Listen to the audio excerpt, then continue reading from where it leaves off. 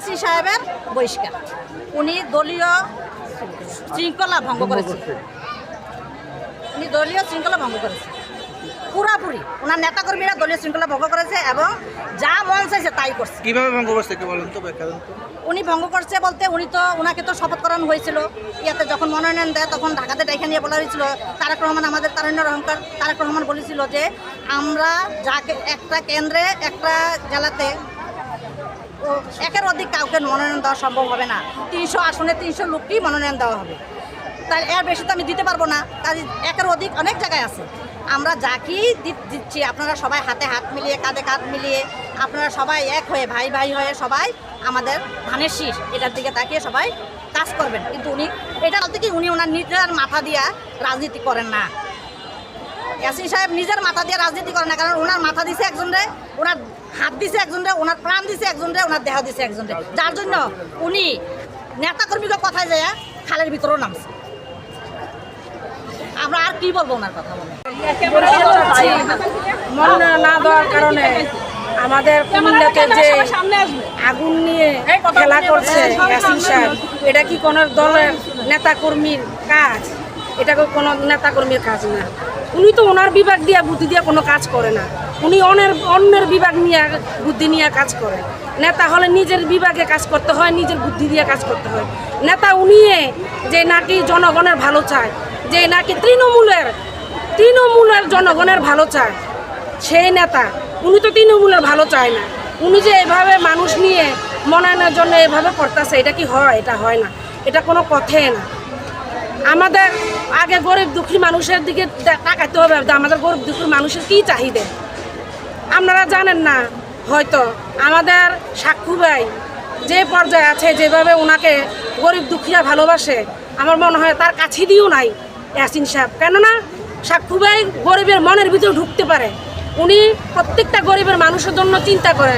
ইয়াসিন সাহেব কি করে? সাক্ষু ভাইরে ফলো করে আপনি যেন ড্রেনে নামেন, খালে নামেন, যত ড্রেনে নামেন খালে নামেন, আপনি কিন্তু সাক্ষু হতে পারবেন না। আপনি ইয়াসিনে থেকে যাবেন, সাক্ষু কখনো হতে পারবেন না। সাক্ষুর মনের মতন হতে পারবেন না, ওনার গায়ের রঙের মতন হতে পারবেন না। সাক্ষু ভাই হচ্ছে মনের মানুষ। আপনারা হয়তো দেখেছেন সাক্ষু ভাই প্রত্যেকটা জায়গার মধ্যে লিফলেট বিতরণ করতে গিয়েছে। অনেক মানুষে, ফুটপাতের মানুষে, ঘড়ি দোকানের মানুষের, কাপড় দোকানের মানুষে বলেছে ওনার মতন মানুষও না। অনেক মানুষ আবার এভাবে বলে এই বেটার মতন মানুষও না। বেড়া সবার প্রত্যেকে মনের বিষয়, মনের ভিতরে ঢুকে কাজ করে, গরিবের জন্য কাজ করে। তা আমি একটা কথাই বলবো, আমাদের যে সাক্ষু ভাই আছে তার মতন মানুষও নয়। আমি বেগম খালেদা জিয়ার কাছে এবং তারেক রহমানের কাছে আমাদের সাক্ষু ভাইয়ের বহিষ্কার আদেশের প্রত্যাহার করানোর জন্য আমি চাইতেছি, যাতে আমাদের সাক্ষু ভাই মন খুলে আরো ভালোভাবে জনগণের জন্য, তৃণমূলের জনগণের জন্য কাজ করতে পারে। আসসালামু আলাইকুম। মহানগরের জেলার সেলিম ভুঁইয়া, ওয়াসিম ভাই, আবু ভাই সবাই মিলে পার্টি অফিসের সামনে আমরা সবাই মিলে এখানে আমরা বিপ্লব সংহতি দিবস পালন করতেছি। এর 100 গজের মধ্যেই হাজী ইয়াসিন সাহেব ওনার গংদেরকে নিয়ে উনি আবার বিপ্লব সংহতি দিবস পালন করতেছে। এটা কি দলীয় শৃঙ্খলা ভঙ্গ নয়? আমরা দেশের যিনি যারা নীতি নির্ধারক আমাদের বেগম খালেদা জিয়া, তারেক রহমান, তারুণ্যের অহংকার তারেক রহমান, ওনাদের আদেশ যেহেতু উনি মানে নাই, উনি বলেছে যাকেই ধানের শীষ দিবে তার হয়ে কাজ করবে। যখন গুলশানে ওনাদের সবাইকে ডাকাই নেওয়া হয়েছিল, উনি গুলশান থেকে বের হয়ে বলছিলেন, ইউসুফ মোল্লা টিপু এবং বাগড়ার জসিম ভাই ছিলেন ওনার সাথে, আমরা সবাই দেখেছি। উনি একটা বক্তব্য দিয়েছিলেন যে যাকেই ধানের শীষ দিবে তার পক্ষ হয়ে কাজ করবে। উনি কি এই কথাটা রেখেছেন? রাখেন নাই। উনি কুমিল্লা আসার পর যখন আমাদেরকে সবুজ সংবাদ দেওয়া হলো মোরলক চৌধুরীর জন্য, উনি কি করলেন? ওনার বাহিনী দিয়ে আমাদের কুমিল্লা শহরে টায়ার জ্বালিয়ে আগুন ধরিয়ে, তারপরে বিশ্ব রোড দখল করে আগুন ধরিয়ে, এটা কি কোনো দলের লোকের কাজ? এটা তো দলের কাজ হইতে পারে না। আমরা সবাই শুনি, আপনারা সবাই শুনেন, বলে যে ইয়াসিন সাহেব ক্লিন ইমেজের মানুষ। আমি অস্বীকার করব না, উনি ক্লিন ইমেজের মানুষ। ওনার চারপাশে যারা আছে তারা কি ক্লিন ইমেজের মানুষ?